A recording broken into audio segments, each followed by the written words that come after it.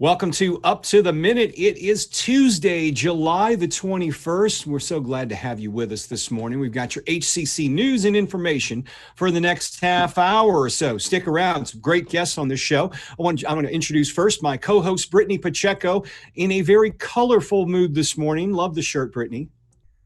You know, had to bring some bright, colorful vibes into this world because it's pretty dreary out. It's pretty bleak. Yeah, this is not a real-time photo behind me of Memorial Park. This was taken on a better. Yeah, well, it's not like that right now in Houston, y'all. So hopefully it'll clear up. But we are very glad for you to join us this morning on Up to the Minute. We appreciate you taking the time out of your morning to watch this little show. Be sure to follow us on Facebook, Twitter, and Instagram. Don't forget to subscribe and hit that notification bell on our YouTube channel. And last but certainly not least, be helpful in sharing this podcast so that we can grow our audience, but also share all of this wonderful information about HCC. That's right, and we're happy to have you with us. We've got two special guests. First, want to introduce Indra Pelaez, the Associate Vice Chancellor of Enrollment Management and Success. You got registration questions? Indra's here to answer those. Good morning, Indra. Thanks for being here. Good morning, Todd. Thank you for having me here today. I'm sure our viewers will have some questions for you. Stick around. We'll be with you in just a moment. But off the top, I want to introduce a very special guest. We're so pleased to have him with us. You've known him now for about 25 years, at least through HCCTV. He's the host of Dialogue Houston. He's also most recently been named to the Mayor's Task Force on Policing Reform. He's the chair of the task force. I'm talking about Larry Payne. Good morning, Larry. Good morning, everyone, and good morning, HCCTV family. It is great to be with you this morning. I feel like I'm actually on the other side of the equation today of being interviewed, but it's always fun. Good to see you, Todd. Thank you. We are pleased to have you with us this morning. And I want to first talk about the show you've been doing here for HCCTV. I don't think a lot of folks know, but you've been doing this now for more than 25 years with Dialogue Houston. I think the way we counted in TV years is the 27th season or something like that. But yes, it's been a labor of love. It started many, many years ago. We've been doing it now. It seems like forever. We've created a great following and a great audience.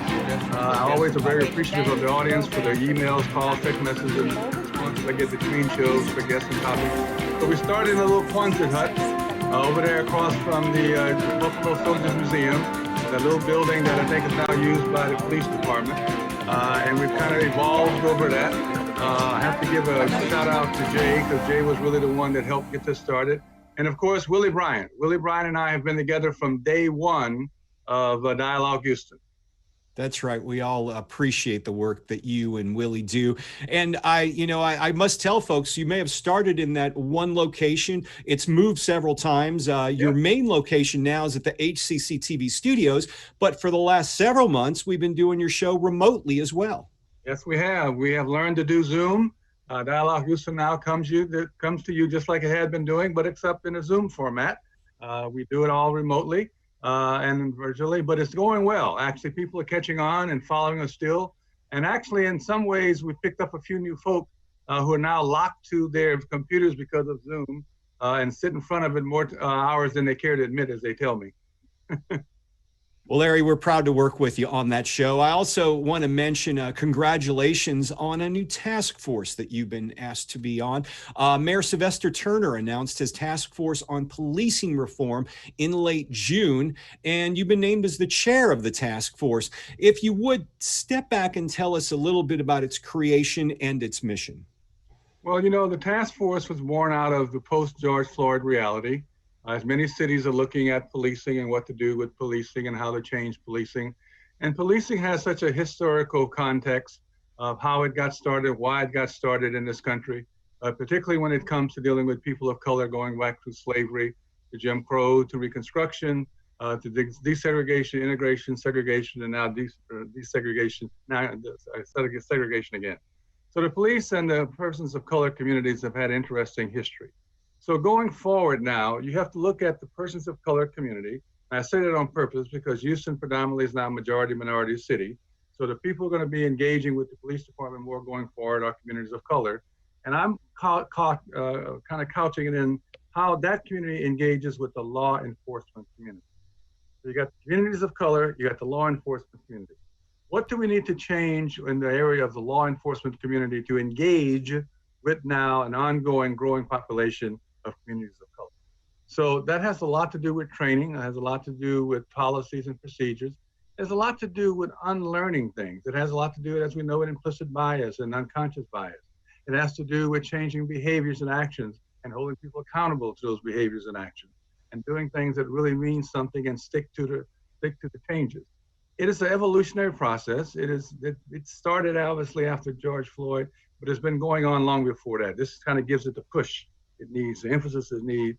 So begin to work toward a beloved community that Dr. King talked about, with some sense of a fierce urgency of now, and to do it in a way that Houston can be proud going forward, using Dr. Kleinberg's title of the prophetic city, that this Houston as a prophetic city, the fourth largest international diverse yada, yada, yada city, becomes the standard, the barrier of what and how good community policing looks like, feels like, acts like, held accountable to. And I think with this great 45-member task force that the mayor has put together, a cross-section of Houstonians, really a great group of people. How I got kind of tapped in one way to be the chair of it is that I know the body of these people. I've worked with them over the years. I've had many of them on as my guests on Dialogue Houston. We've wrestled with problems over the years here in this community. So it's not a group of strangers. I get to work with the people who I know and have worked with and respect. And so we're building trust and respect. We're hoping the task force will have the tools and need to do a great job, and it will do the research and homework and produce a quality product. That's kind of where it's headed in a short period of time. And the end result you're looking for, Larry, will you be able to review current policing policies, make recommendations to HPD? Will you look at things like body cameras or best practices that are being followed around the nation? Will all those things fall into play? Yes. The 45-member committee is now, task force is broken down into 4 committees with 2 co-chairs each. The 4 committees are HPD policies and practices, community policing and independent police oversight board, body cameras and criteria, best practices and training. So we're going to cover every aspect of policing down to every little detail, examine them, do the facts, the data, the research, and come up with a set of recommendations to be implemented on changes that we see going forward. And realizing that this is a moving process. Some things are doable short-term, mid-term, long-term.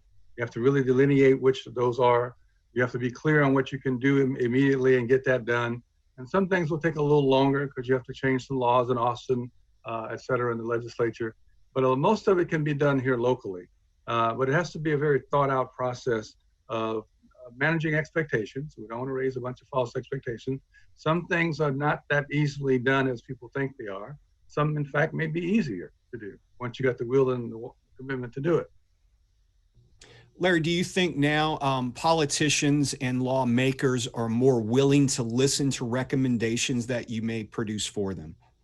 I think people want change, and change is one of those things. The only people get excited about change is the wet baby. So everybody else, you have to kind of work into the process of change. But systemic change takes time. You're dealing with institutions, policy, procedures, and human beings. You can change behavior. That's the quick, easy thing to work on changing behavior. But changing policy and changing the culture, because really what we're talking about is changing the culture of our organization. And that's a very in-depth thing to do.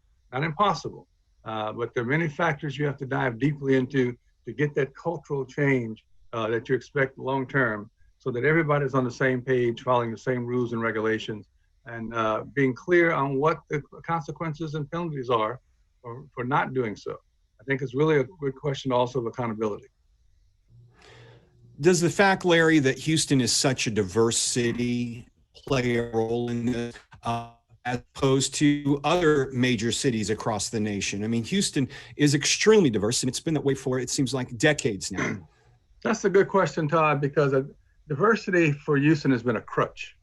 It's as much a curse as it is a plus. Let me explain. Diversity, we got so caught up being the 4th largest international city, that we count all these kind of diversities and all the numbers of diverse groups we have. But in diversity, we always tend to learn how to tolerate each other and not accept each other. In diversity, we learn how to tolerate each other and be inclusive of each other. In diversity, in Dr. Kleinberg's diverse Houston, yes, we're the most diverse city in America. We're also the most segregated city in America. We're the most gated community in America. We're the most separated community by income in America. So diversity is this kind of bubble that allows you to think that everything is wonderful. And as soon as you scratch the surface, you realize. So the question is, moving in a pluralistic society, which Houston is, in a very, very pluralistic society, moving from diversity to pluralism, where the distinction is, in a pluralistic society, every human being counts just because they're a human being. No other title, definition necessary. This diversity thing has been so locked in. I just have to learn how to tolerate you.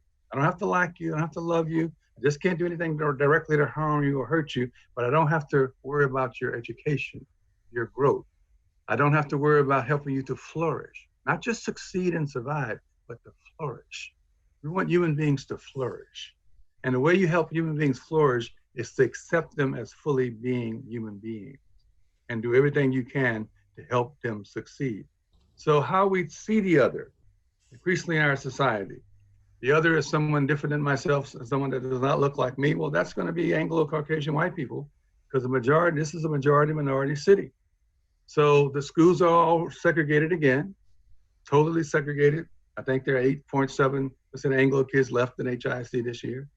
So you have all those factors that play into it. Our future workforce. We keep saying this is our future workforce. HCC does a great job about our future workforce, not only getting the students in, but learning how to help them stay in school and help them maintain and help them graduate. It's not just coming in the door. We got to help you graduate. So we have to sustain you to help you graduate and undergird you. But that population of persons of color going forward is the bulk of who we are as Houstonians. If we don't educate these young people, if we don't give them the skills they need to succeed, Houston doesn't have a future. And so all these things are interconnected, interrelated, interdependent, and how we show that connectedness is so important. Larry, you bring up some remarkable points. You know, a lot of us are proud of the fact that Houston is a diverse city, but from what you're pointing out, there's still a lot of work that needs to be done. Yeah, diversity has become a lot of kumbaya. We sing together, we eat together, we eat each other's food, we go to each other's restaurant, we hang out. But what George Floyd has shown in the post-George Floyd environment, now that we have scratched the surface and gone beyond, what you hear now and more, I don't need you to be I don't need you to be non-racist. I need you to be an anti-racist. I need you to stand up, show up, speak up, and call out racism when you see them. I need you to challenge white privilege as a white person when you see it. I need you to do all these things that people have been very hesitant to do. So just being in the same space, proximity-wise, with different people of color and race and ethnicity doesn't say anything unless you're willing to be an ally. The ally that we need is to speak up and to call out things when they see it. In their homes, church, school, workplace, I don't care where it is. And until we start doing that on a constant basis, we're going to keep having this semblance of getting along and loving each other. Not that we don't have great relationships and friendships. We all do. We are all across the board. I do, you do, everybody does. But beyond our little circle of influence, our little circle of friends and relationships, when it comes to addressing the larger societal issues, socially, economically, and politically, I might even add spiritually, we are very hesitant to call out lovingly, I always use that phrase, to call out other human beings lovingly, how they may speak about another group, how they may act toward another group, how they may think, how they make off-the-wall comments about the other. We have to start challenging those things where and when they happen. Larry Payne, we appreciate you being here this morning and filling us in on your new role and some things we all need to work on here in Houston. And congratulations on hosting Dialogue Houston for such a long time. We look forward to, and we're proud of working with you. And we're going to continue it. It's been a great run, but now I think, Todd, we got so many more issues and people that you'll see different guests and topics I'm having on lately, because now everybody wants to talk more. Everybody wants to say, okay, what can we do as a city? What can we do as a people? So the platform of Dialogue Houston and the other great shows on HCC is just a great way to do that. So thank you, and we're going to continue to do so going forward. Thanks, Larry. We appreciate it. We'll see you soon. See you all soon. Take care. Be safe. Be well. All right. We're moving across town to Indra Pelaez. Good morning again, Indra. Good morning, Todd. And right when we signed on, you said you've been very busy. I guess that's kind of an understatement. We've got fall coming up very quickly, and I imagine you have a lot of students with a lot of questions going on right now.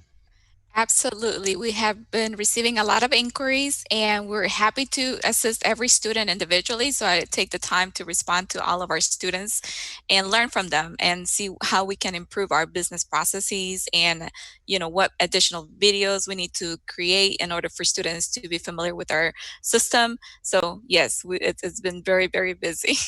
You brought up a good point. Since we've been in this lockdown and sequestered from at our house, working remotely, what have you learned from the comments from our students and the questions they may have? If you could figure out one or two things that you've learned, like you're thinking, wow, I didn't know that before. What have you learned now from this, from our students? Yes, I learned that students like that personal touch. Not that I didn't know this before, but it reinforced that we need to still have that human touch, and they appreciate when we call them back and when we take the time to talk to them because they're unsure and they need somebody to guide them. And there's a lot of uncertainties for fall semester as far as, some ISDs opening earlier than others and how they're going to be taking classes. So learning to be flexible and helping students, this is going to be okay. Let's work one day at a time. This is what we have. And, just reassuring the students that HCC is taking everything into consideration to support them throughout their journey. So flexibility and just continuing that personal touch is very important while we're in our spaces from home. We still get a lot of questions in social media regarding the fall semester. I know Brittany can testify to that. But one question I want to ask you, just exactly what is the date that the fall semester is going to start on? And what's the date right as a second? Sure. The regular term will start on August 24th. We have the second start that begins September 21st. And then we also have second 8 weeks, which will start October 19th. So students have different start dates that they can select from, depending on what's happening at the household, if they need to start later due to their children being at home. So we have different opportunities for students to start throughout those dates and different modalities. So students are not necessarily needing to come in person. We have 4 modalities that will be available this semester. We have the Flex Campus, and when students log into the student portal, the Flex Campus code is FC. So when they're looking for searching for a class, when they see FC, that's a Flex Campus. So that means they'll take classes online and classes in person. Then we also have the lab-based courses, and the code in the system would be HL, and that those are lab courses that would be in person because students need to have the practicum experience. We have online on a schedule, which the code is WS in the system, and that means students will be logging in at a certain time with the faculty member and learn their subject matter. And then we have online anytime, and the code and the system is WW, so students can enroll in that one if they want to do their work at any time that they're available. And so that's another option for them. So we are very happy with the 4 learning modalities the students can select from. And have you been able to gauge which one of those new methods may be preferred by students? Online and a schedule, the courses that are Flex Campus. What have you noticed by the students signing up as the popularity of these courses? The 2 online methodologies are very popular for students because they don't know if they can bring their children to the to school. So, and most of them, if they're working from home, they want to have that flexibility. So those 2 are very popular. Of course, some students don't have the opportunity to do those online classes if they have to take a lab-based course. So they have to come in person with the lab-based course. Would the lab-based course have the labs in person in smaller groups? Is that how it's going to work? And then some of the course is taught online? Yes, that is the idea, to follow the social distancing guidelines that it's set forward by CDC guidelines and our governor. So we're, monitoring what the guidelines are and adjusting according to that.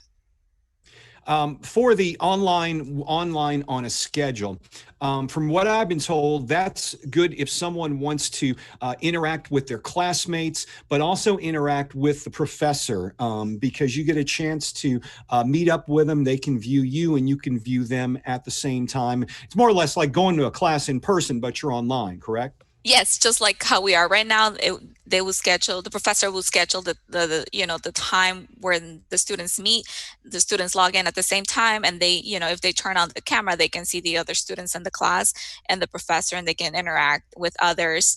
And it's a really good experience, if students are not comfortable going to the class in person.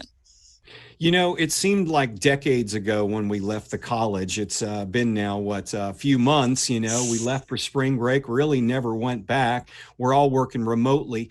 Do you see this method of instructing online becoming more popular as we move into the next couple of years? Even as this pandemic starts going down, are people getting more comfortable from getting an education online from what you're seeing?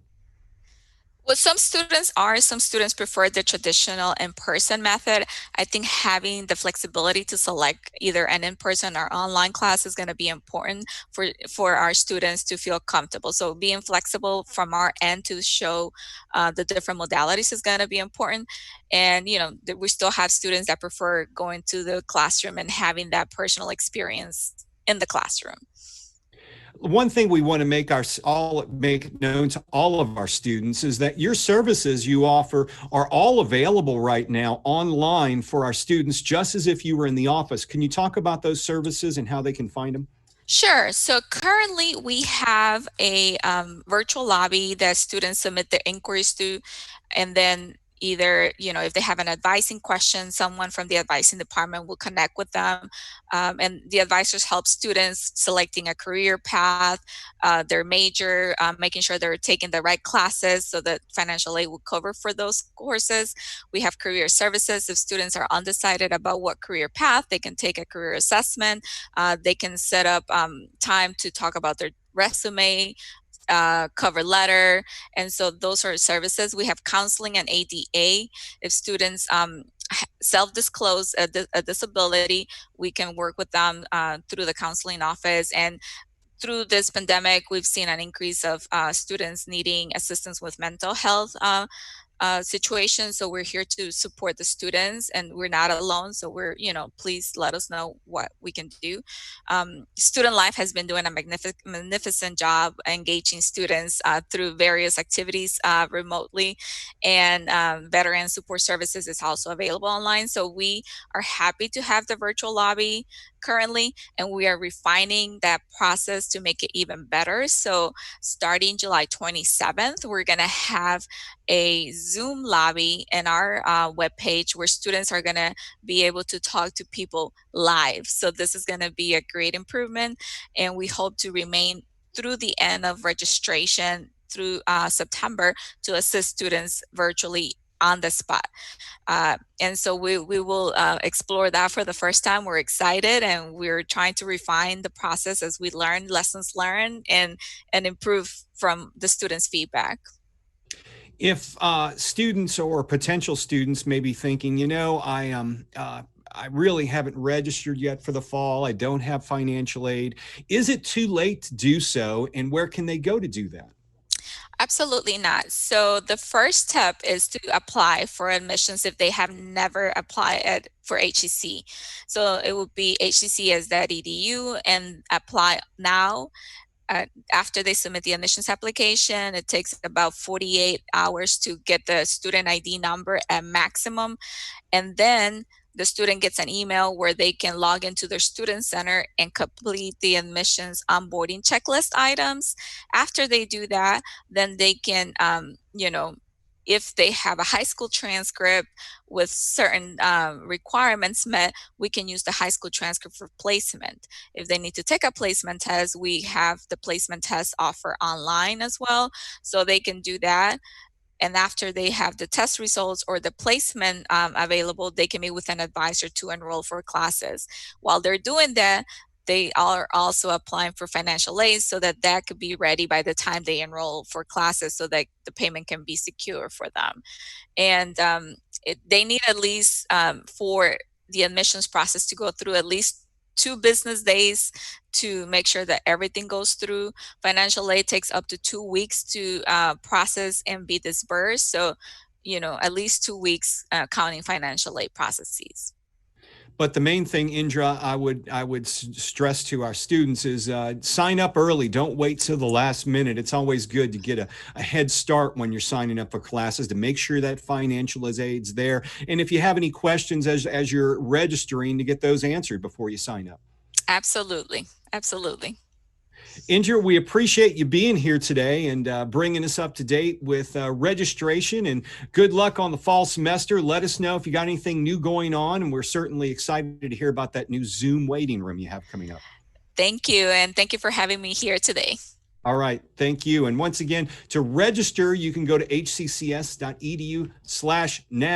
We'll have all that stuff in the social media post for this. Thanks, Indra. Thank you. Moving across town, we've got Brittany Pacheco joining us once again. Brittany, anything coming through in social media as far as questions regarding registration or anything like that? Not on that particular subject per se. I'm answering some questions that deal with FAFSA, who to contact about making sure that the application went through, for example, and then also just informing our students about the new modalities that we have to offer for fall 2020, because this is a whole new process, obviously, for our students to decide which classes they can do online, either anytime or online on a schedule. Students, we want to put it out there that not all the classes are going to be available in the format that you want. So it's very critical to register early to be sure you have a seat, especially if you want any of those lab-based courses or our Flex Campus courses. That's right. Register now, register early to make sure you get those courses. We've been talking about COVID earlier in the show, and once again, there's a great need in the Houston area for COVID testing. HCC has 4 sites available: Felix Fraga campus and Eastside campus. Those are up and running, and I believe at those sites, they need to register ahead of time, Brittany? So for Felix Fraga and Eastside campus, you do not need an appointment. They are open Monday through Friday from 9 a.m. to 4 p.m. So again, Felix Fraga and the Eastside campus, you do not need an appointment, but you do need to pack some patience, I'm sure, because there are a lot of people in the community who are wanting to take advantage of this free testing site. The other 2 drive-through sites, Todd, that do require appointments are our HCC Northeast campus and our HCC South campus. Once again, Northeast and South campus require appointments. Now they're open Monday through Saturday, 8 a.m. to 4 p.m. You can call for an appointment at 71. I'm so used to saying 713. My apologies. 512-883-2400. And you should see the graphic on the screen to make sure all that information is correct. Don't listen to what I say. Read what the graphic says. Don't do exactly as we tell you. No, you can find the information in the post of this show as well. Enrollment informational sessions. We just had Indra on the show talking about how to enroll at HCC. Well, they've got informational sessions. If you're enrolling at HCC for the fall, you'll want to attend one of these. They happen weekly. Tomorrow is one of them, Wednesday, July 22nd, 10 a.m. to 11 a.m. You can register at hccs.edu/information sessions. And talent engagement, lunch and learn. Brittany, they've got something going on Wednesday as well. They do. So this is happening this Wednesday, July 22nd at 11:30 a.m. with Maria Barragan, who's manager compensation, and Susan Araujo. I cannot speak this morning. Araujo. So senior compensation analyst. And if you ever wondered how jobs offer are developed, this is a discussion to partake in. This is a talent engagement lunch and learn. Again, that's happening this Wednesday, July 22nd at 11:30 a.m. Check your HCC emails for more information on this event. And Janet May has an HCC faculty and staff virtual coffee break. You can catch that live on Thursday, July the 23rd at 11 a.m.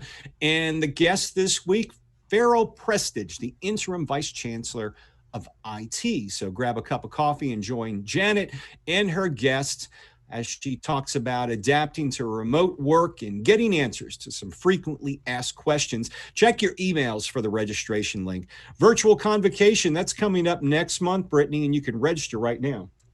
You can. So the theme for this semester's convocation is We're All Connected. And registration is open, just as Todd said. It runs all the way through Monday, August 17th. So save the date for convocation, which is Friday, August 21st, 2020. Details are to follow on our HCC website at hccs.edu. In rec sports, they've always got good things going on, but they've got a July virtual walk and run. You can walk or run virtually. You log your activity and you can compete against others. The deadline to submit for your entry is noon Friday, July 31st, and you can register today by emailing roy.byers@hccs.edu. Subject line, July virtual walk run. And boot camps, yeah, we've got them. Brittany loves them, and they happen, Tuesdays and Thursdays from noon to 12:40, right? They do, and just for the record, no, I do not love them. And it makes me think I wanted to go into the military, so that probably wasn't going to be a great outcome for me. But if you are interested in taking part in some virtual fitness classes via these boot camps, this is open to our HCC family that includes students, faculty, and staff. You must have an HCC email in order to register, and you can do so by emailing christian.andrews@hccs.edu with the subject line Virtual Fitness Summer 2020. That pretty much wraps up today's show, Brittany. You know, tomorrow we've got another Brittany who's going to be a guest on the show. Do you know Brittany Wilmore? B-Dub. I love my Brittany Wilmore. She is a great friend, a former HCC student success story who is now working at ABC 13. And she's going to join us to talk about how that TV station is being run remotely compared to ours. Yeah. She's, it seems like every time I'm over there meeting with some folks, I run into Brittany. So it's going to be great to have her on the show tomorrow.